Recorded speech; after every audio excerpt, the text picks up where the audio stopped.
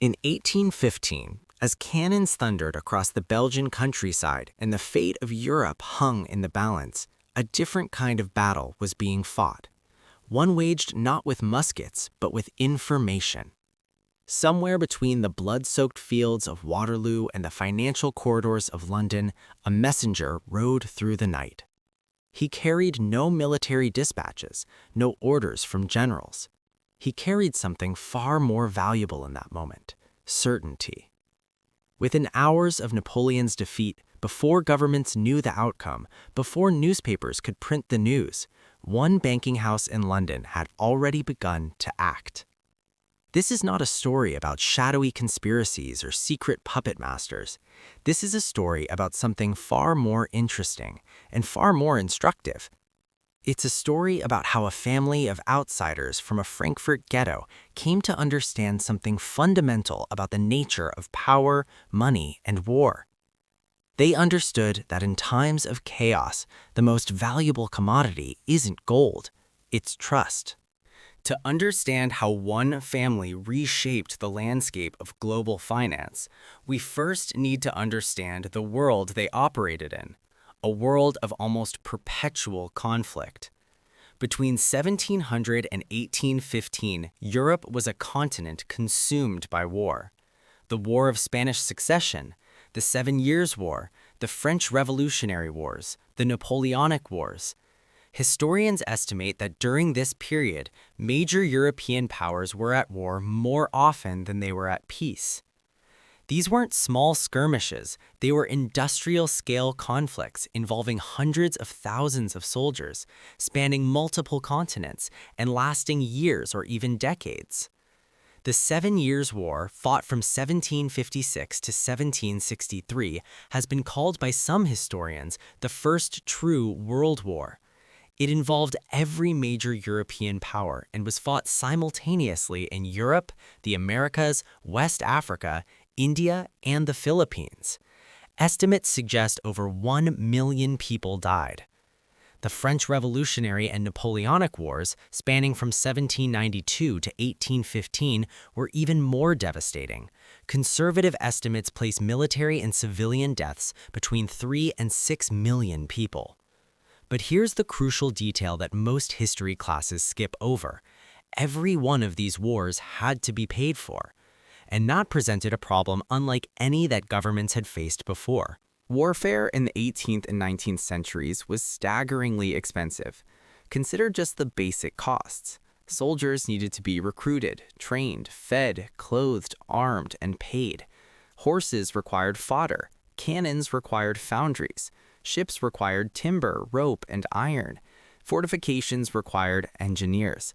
Supply lines required wagons and drivers. And all of it required constant replenishment as battles consumed men and materials at horrifying rates. According to economic historians, Britain spent approximately £1.6 billion on the Napoleonic Wars alone, a staggering sum that would be equivalent to hundreds of billions in today's currency. Now here's the fundamental problem that every wartime government faced. How do you pay for all of this? There were historically only a few options. The first option was taxation, but raising taxes dramatically during wartime was politically dangerous and logistically slow. It took time to assess, collect, and distribute tax revenue. The second option was to simply print more money or debase the currency, but this led to inflation, which undermined economic stability and eroded public confidence. The third option was to borrow money, to take out loans that could be repaid after the war was won. This became the preferred method for most European powers. But borrowing money at this scale presented its own challenges. International transfers of wealth were primitive by modern standards. Moving large quantities of gold or silver across war-torn territories was dangerous and slow. Currency exchange rates fluctuated wildly. And most importantly, governments needed lenders who had access to truly massive amounts of capital and who could be trusted to deliver. This is where private banking families entered the picture, and this is where our story truly begins. The Rothschild story begins in the Judengasse, the Jewish ghetto of Frankfurt am Main. This narrow street, sometimes only 3 meters wide, was home to Frankfurt's Jewish community from the mid-15th century onward. According to historical records, residents faced strict regulations governing nearly every aspect of their lives: where they could live, what professions they could pursue, when they could leave the ghetto, even how many families could marry in a given year. It was in this confined world that Mayer Amschel Rothschild was born in 1744. Mayer Amschel's father dealt in goods and currency exchange, one of the few occupations available to Jews at the time. The family name itself, Rothschild, derived from the red shield, Rothschild in German, that marked their house. According to biographical accounts, the young Mayer Amschel showed an early aptitude for business and an exceptional memory for the details of coins and currencies. After his parents died during a smallpox epidemic, he trained at a banking firm in Hanover before returning to Frankfurt to establish his own business. His initial focus was dealing in rare coins, a niche trade that would prove surprisingly important to his later success. Rare coins were collected by European nobility, and this trade gave Mayer Amschel access to wealthy and powerful clients. His most significant early client was Prince William of Hesse-Kassel, later to become Landgrave William IX. William was one of the wealthiest men in Europe, having made enormous sums by renting out Hessian soldiers as mercenaries to foreign powers, including, famously, to Britain during the American Revolutionary War. Historians note that by the 1780s and 1790s, Mayer Amschel had become one of William's trusted financial agents, handling currency transactions and bill discounting. This relationship would prove crucial in the turbulent years ahead. But Mayer Amschel's true strategic genius lay not in what he built, but in what he planned for the next generation. Mayer Amschel Rothschild had 10 children who survived to adulthood, 5 daughters and 5 sons, and it was through his 5 sons that he would create something unprecedented in the history of finance, a truly international banking network bound together by blood. In the early 1800s, he strategically positioned each son in a major European financial center. Amschel Mayer remained in Frankfurt, Solomon moved to Vienna, Nathan established himself in London, Karl went to Naples, and James, the youngest, set up operations in Paris. This was not simply a business expansion, it was the creation of a financial infrastructure that transcended national boundaries at a time when national boundaries meant everything. Consider the advantages this structure provided. First, there was the matter of trust. International banking required extending credit across borders, often to parties you had never met. The Rothschild network operated on absolute family solidarity. Records show that the brothers maintained constant correspondence, often writing to each other several times per week. Agreements between them were binding, and family loyalty was paramount. In a business built on trust, this was an enormous competitive advantage. Second, there was information. In an era before telegraphs, let alone telephones or the internet, information traveled slowly. A message from London to Vienna might take weeks, but the Rothschild network maintained its own private courier system, complete with riders, boats, and according to some accounts, carrier pigeons. This network was designed for speed and reliability. Historical records suggest that Rothschild couriers often delivered news faster than government dispatches. Third, there was flexibility in moving capital. Because they had trusted family members operating in multiple currencies and jurisdictions, the Rothschilds could execute complex international transactions that would have been impossible for a single national bank. If a client needed funds transferred from London to Naples, the Rothschild network could accomplish this through coordinated entries in their respective ledgers, without physically moving large quantities of gold across Europe. This combination of trust, information, and financial flexibility made the Rothschild network uniquely positioned to serve the needs of governments engaged in large-scale warfare. Before we examine specific historical events, it's worth understanding exactly how war financing worked in practice, because it's more complex and more interesting than simply lending money. Governments that needed to raise funds for war had several mechanisms available to them, and banking houses like the Rothschilds participated in most of them. The first and most straightforward was direct lending. A government would borrow a specific sum from a banker at an agreed interest rate to be repaid over a fixed period. The Rothschilds made numerous such loans to various European governments throughout the 19th century. The second mechanism was government bond issuance. Rather than borrowing directly, a government would issue bonds, essentially promises to pay back the principal plus interest at a future date. Banking houses would then underwrite these bonds, meaning they would purchase them from the government and sell them to investors. The banker's profit came from the difference between the purchase price and the selling price, plus any fees. This was enormously important work that carried real risk. If a banker underestimated demand or the government's creditworthiness, they could be stuck holding bonds worth less than they paid for them. The third mechanism was what we might call military logistics finance. Armies operating far from home needed to pay for supplies, wages, and equipment in local currencies, but moving physical gold across war zones was dangerous and impractical. Banking houses could provide bills of exchange, essentially paper promises that could be cashed at remote locations, allowing armies to operate financially far from home. Rothschilds became particularly skilled at this form of finance, using their network of family offices to move funds across borders rapidly and reliably. Understanding these mechanisms is essential to understanding how the Rothschild family built their wealth. They weren't simply handing bags of gold to kings. They were providing sophisticated financial services that governments desperately needed and few others could reliably supply. The Napoleonic Wars represented both the greatest opportunity and the greatest risk the young Rothschild network had yet faced. Let's examine how they navigated this period, because it illustrates their methods clearly. The story begins in 1806, when Napoleon's armies conquered much of the German territories. Prince William of Hesse, the Rothschilds' most important early patron, was forced to flee into exile. According to historical accounts, he entrusted Mayor Amschel Rothschild with at least some of his financial affairs during this period. The details of this arrangement have been debated by historians, but what's clear is that the Rothschilds maintained their client relationships even during the chaos of French occupation. Meanwhile, Nathan Rothschild, who had established himself in England, was building a reputation as a reliable and innovative financier. According to business records from the period, he dealt extensively in textiles before moving increasingly into financial services. Here's where the story intersects directly with war finance. Britain, as the primary opponent of Napoleonic France, faced a massive logistical challenge: how to get money to its armies and allies fighting on the European continent. The British government needed to transfer enormous sums.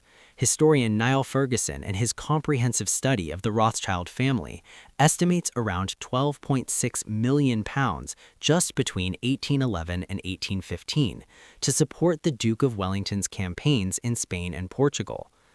According to government records and Rothschild family archives, Nathan Rothschild and his brothers became central to this effort. They would purchase gold in London, arrange for its shipment across the Channel, and then, using their network of family offices and agents, convert and distribute these funds to British forces in the field. This brings us to the famous Waterloo episode. The story that's often told, that Nathan Rothschild learned of Wellington's victory before anyone else and made a fortune by manipulating the stock market, has been exaggerated and distorted over the centuries, sometimes in anti-Semitic ways. Here's what historical evidence actually supports. The Rothschilds did maintain a private courier network that was faster than government channels. Nathan Rothschild was likely aware of the battle's outcome before official news reached London, and he did trade in government bonds around this time. However, the claims that he deliberately spread false rumors of British defeat or that he made millions in a single day of trading are not well supported by historical evidence. Economic historians who have examined the records note that while Nathan Rothschild certainly profited from his activities during this period, the most dramatic versions of the Waterloo story appear to be later embellishments. What the episode does illustrate is the real advantage that superior information provided. In the world of early 19th century finance, knowing the outcome of a major battle hours or days before your competitors represented an enormous edge. The Napoleonic Wars made the Rothschild family wealthy and famous. But understanding how they converted this initial success into lasting multi-generational wealth is perhaps more instructive. Historians note several key factors. First, the Rothschilds emerged from the Napoleonic Wars with an unparalleled reputation for reliability. They had delivered on their commitments even during the most chaotic period of European warfare. Governments now trusted them implicitly, and trust in banking translates directly into business. In the decades following Waterloo, Rothschild banks became the go-to institutions for government bond issuances across Europe. According to financial records, they underwrote loans for France, Prussia, Austria, Belgium, and numerous smaller states. Each of these transactions generated fees and often allowed the Rothschilds to profit from bond price movements. Second, the Rothschilds invested heavily in the emerging technologies of their age, particularly railroads. James de Rothschild in Paris was instrumental in financing the development of the French railway network. The family also invested in mining operations, particularly mercury mines in Spain, which were essential for silver and gold processing. Third, and perhaps most importantly, they maintained the family structure that had been their original competitive advantage. For much of the 19th century, the five Rothschild houses operated as a coordinated network, sharing information and capital. Family intermarriage was common. Cousins frequently married cousins, partially to keep wealth within the family and partially to maintain the bonds of trust that made the network function. By the mid-19th century, the Rothschild family was almost certainly the wealthiest family in the world. Some economic historians had estimated their combined fortune at various points as comparable to or exceeding that of major industrial fortunes like the Rockefellers or Carnegies. But it's important to understand that this wealth wasn't built on any single transaction or any secret manipulation. It was built over decades through reliable service delivery, intelligent investment, and the systematic exploitation of a structural advantage, the international family network, that competitors couldn't easily replicate. The Rothschild name has attracted myths and conspiracy theories for over 2 centuries. Before we conclude, it's worth addressing some of these directly, because separating fact from fiction matters, both for historical accuracy and for understanding how wealth and power actually operate. Myth number 1. The Rothschilds secretly controlled European governments and started wars to profit from them. Historical reality: there's no credible evidence that the Rothschilds caused or orchestrated any wars. They were bankers who provided financial services to governments that were making their own decisions about war and peace based on political, territorial, and ideological concerns that had nothing to do with banking interests. Did they profit from wars? Yes, as did many other bankers, weapons manufacturers, and suppliers. But profiting from a situation is not the same as causing it. By this logic, we would have to accuse every arms manufacturer, every military contractor, and every farmer who sold grain to an army of causing wars. Myth number 2. The Rothschilds control all the world's central banks. Historical reality: this is simply false. Central banks are government institutions with their own management structures and policies. While Rothschild banks have interacted with central banks as commercial entities, the claim of ownership or control has no basis in documented fact. The origin of this myth appears to be the conflation of private banking houses with central banks, combined with an exaggeration of historical Rothschild influence. Myth number 3. The Rothschild fortune today is in the trillions of dollars. Historical reality: while the Rothschild family was almost certainly the wealthiest family of the 19th century, their fortune has been divided among many descendants over generations. Additionally, several branches of the family lost significant wealth during the 20th century, particularly during the Nazi era, when Jewish-owned assets were seized. Today, there are still Rothschild-associated banks and investment firms, and many family members are wealthy by any ordinary standard. But credible financial analysts note that claims of trillion-dollar hidden fortunes are not supported by evidence. Why do these myths persist? Historians who have studied anti-Semitism note that the Rothschild family has served as a focal point for conspiracy theories for over 200 years, often standing in for broader anxieties about capitalism, globalization, and Jewish influence. This is important context for evaluating the more extreme claims that circulate about the family. None of this means the Rothschilds were saints or that their activities were beyond criticism. They were capitalists operating in a capitalist system, pursuing profit and influence like many others. They benefited from systems that included colonialism and inequality. These are legitimate subjects for historical analysis. But legitimate analysis requires accurate information, and the actual documented history of the Rothschild family is interesting enough without embellishment. So what is the lasting legacy of the Rothschilds' approach to finance? Beyond the family's own wealth, what did they contribute to the development of the financial systems we live with today? Economic historians point to several significant contributions. First, the Rothschilds helped pioneer international bond markets. Before their era, government borrowing was largely a domestic affair. The Rothschild network demonstrated that government bonds could be sold across borders to international investors, creating a more liquid and efficient market for government debt. This innovation has obvious descendants in today's global bond markets, where governments routinely borrow from international investors. Second, they helped establish the practice of coordinated international finance. The idea that major financial operations might require cooperation among institutions in multiple countries, routine today, was novel in their era. When you see modern investment banks partnering across borders to underwrite major deals, you're seeing a descendant of the Rothschild model. Third, their emphasis on information speed and accuracy presaged the information-intensive nature of modern finance.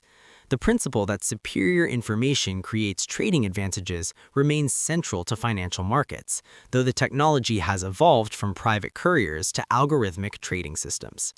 Finally, and perhaps most significantly, the Rothschilds demonstrated that private financial institutions could operate at scale alongside and sometimes independent of national governments.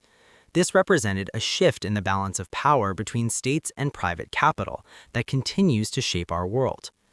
Today's global financial system, with its international banks, cross-border capital flows, and sovereign debt markets, would be recognizable in broad outline to 19th century Rothschild bankers.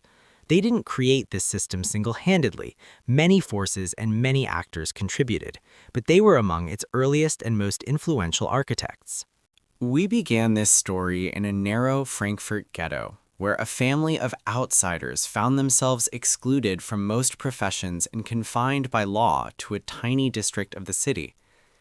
We end it having traced how that family built a financial network that spanned continents and served kings, emperors, and prime ministers. The Rothschild story is not primarily a story about conspiracy or manipulation.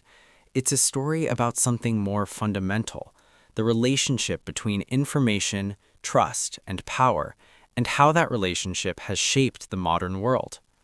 In an era of chaos and war, the Rothschilds understood that someone would finance the armies of Europe. They positioned themselves to be that someone, and they did so more effectively than their competitors. They turned a structural advantage, a family network bound by blood and mutual interest, into a business model that couldn't be easily replicated. There are uncomfortable truths in this history. The Rothschilds profited from wars that killed millions. They served repressive governments as readily as liberal ones. They pursued their own interests with the same relentlessness that characterized other capitalist dynasties. But there are also lessons about the importance of trust in uncertain times, about the value of information, about how systems work and who benefits from them. Perhaps the most important lesson is this: understanding how wealth and power actually operate through systems, incentives, and structures is more useful than believing in shadowy conspiracies. The real story is usually more interesting and more instructive than the myth. The Rothschild family still exists today, still involved in banking and investment, though no longer dominant in the way they once were. Other dynasties rose, markets changed, and the advantages that once set them apart became more widely distributed.